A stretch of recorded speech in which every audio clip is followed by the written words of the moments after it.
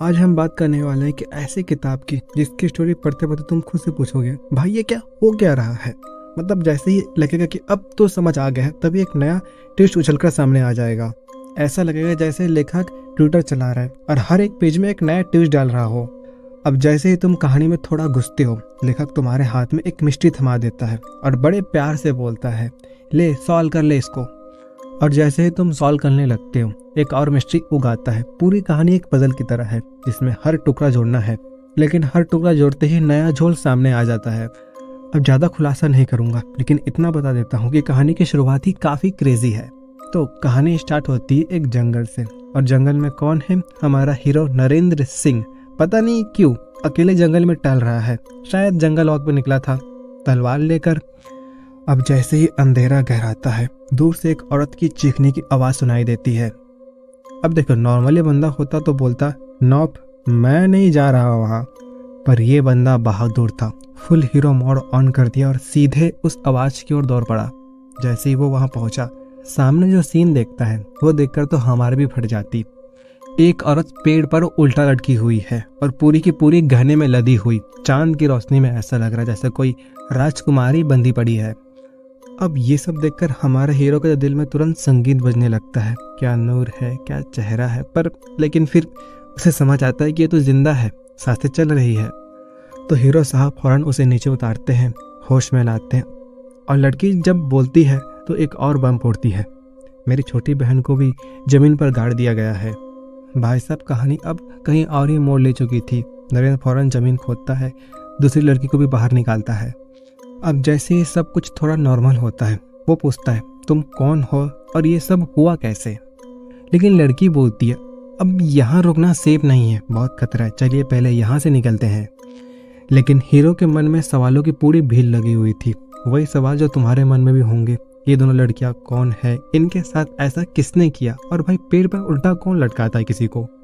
लेकिन हीरो उस वक्त कुछ नहीं पूछता, सिर्फ उनकी बात मान लेता है, क्योंकि उसे भी लग रहा था कि अभी ज़्यादा अकड़ दिखाया तो जवाब से पहले मौत मिल सकती है। वैसे भी समझदारी इसी में थी कि पहले जंगल से निकलो, फिर बैठकर चाय पे सब पूछ ही लेंगे। थोड़ी देर चलने के बाद उन्हें नदी किनारे एक नाव मिल जाती है। अब ये नाव वहाँ कैसे आई, किसने छोड़ा, ये बात तो हमारे हीरो को नहीं पता, लेकिन उन दो कन्याओं को ज़रूर कुछ अंदाजा था। उनकी नज़र देख के लग रहा था जैसे बोले हम जानते थे ये मिलेगा, क्योंकि जंगल छोटा मोटा नहीं था, पूरा लॉस्ट फॉरेस्ट वाला मैप था। तो नाव देखकर हीरो बिना टाइम वेट किए दोनों को उस नाव पर चढ़ा देता है और वो लोग निकल पड़ते हैं। थोड़ी देर जाने के बाद दूर में एक बहुत बड़ी नाव दिखाई देता है, एकदम विशालकाय। हीरो इस नाव को देखकर सोचता है अगर इसे किराए पे ले लिया जाए तो जल्द से जल्द इस जंगलनुमा चैप्टर से निकल सकते हैं। लेकिन फिर उसके अंदर की अलर्टनेस जागती है, इन दोनों लड़कियों को ले जाकर रिस्क नहीं लेना चाहिए, पहले मैं जाकर देखता हूँ कि माहौल कैसा है, फिर उन्हें भी ले आऊँगा। लेकिन जाने से पहले उन दोनों लड़कियों का नाम पूछ लेता है, कुछ तो पता चले। जिसे पेड़ से उल्टा लटकाया गया था उसका नाम था मोहिनी, और उसका नाम सुनते हीरो के दिल में हालत कुछ ऐसा हो जाता है जैसे किसी ओल्ड हिंदी सॉन्ग के बैकग्राउंड म्यूजिक बज रहा हो। मतलब मोहिनी को देखकर तो वैसे भी वो पागल हो गया था। अब नाम भी ऐसा है तो राश रहा, संयम भी उड़ गया।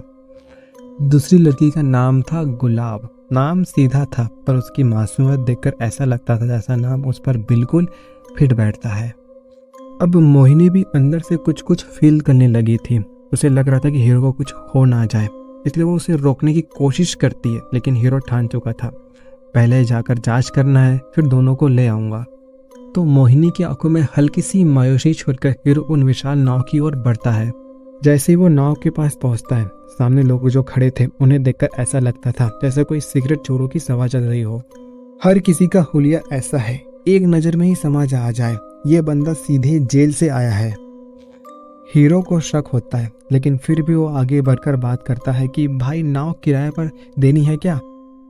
और तभी सामने से एक भारी आवाज आती है। एक बड़ा सा मुच्छों वाला लीडर टाइप इंसान उनकी तरफ देखता है, तेरे साथ जनानी तो नहीं है। और हमारा हीरो बस यहीं बस एक बड़ी गलती कर बैठता है। वो जाने अनजाने में ये बात जाहिर कर देता है कि दो कन्याएं भी उसके साथ आने वाली है। अब ये बात उसकी सबसे बड़ी चूक बन जाती है, क्योंकि जिन्हें उसने ये जानकारी दी थी वो शक्ल सूरत से देखकर सीधे तो नहीं लग रहे थे। हीरो को पहले तो कुछ खास महसूस नहीं होता है, लेकिन कुछ देर के बाद उसे समझ आता है कि उसने क्या किया है, और फिर वो एक पल भी देर नहीं करता है। बड़ी नौकों को छोड़कर भागते हुए वापस उसी जगह लौटता है जहां उसने उन 2 कन्याओं को थोड़ी देर पहले छोड़ा था। वही झाड़ियों के पास, वही पुराने मोड़ पर, लेकिन वो वहां अब कोई नहीं था। ना वो कन्याएं, ना उसकी परछाई। चारों तरफ एक अजीब सी खामोशी पड़सी थी, जैसे सब कुछ थम गया हो। हवा भी रुक गई थी और हमारे हीरो की सांसें भी, और चारों तरफ सिर्फ खामोशी थी, भारी, डरावनी और शर्मिंदा से भरी हुई खामोशी। अब तुम सबको शायद समझ आ गया होगा कि उन 2 कन्याओं के साथ क्या हुआ होगा।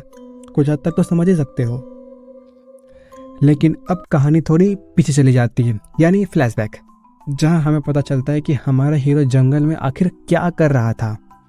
अब ज़्यादा डिटेल तो नहीं बताऊंगा, लेकिन हाँ, इतना ज़रूर जान लो कि हमारा हीरो कोई आम इंसान नहीं है। वो एक राजा का बेटा है। उसकी शादी उसके पिताजी पहले से ही तय कर चुके थे, और वो भी किसी शाही घराने में। लेकिन हमारे हीरो ने तो पहले से ठान रखा था वो जिंदगी भर शादी नहीं करेगा।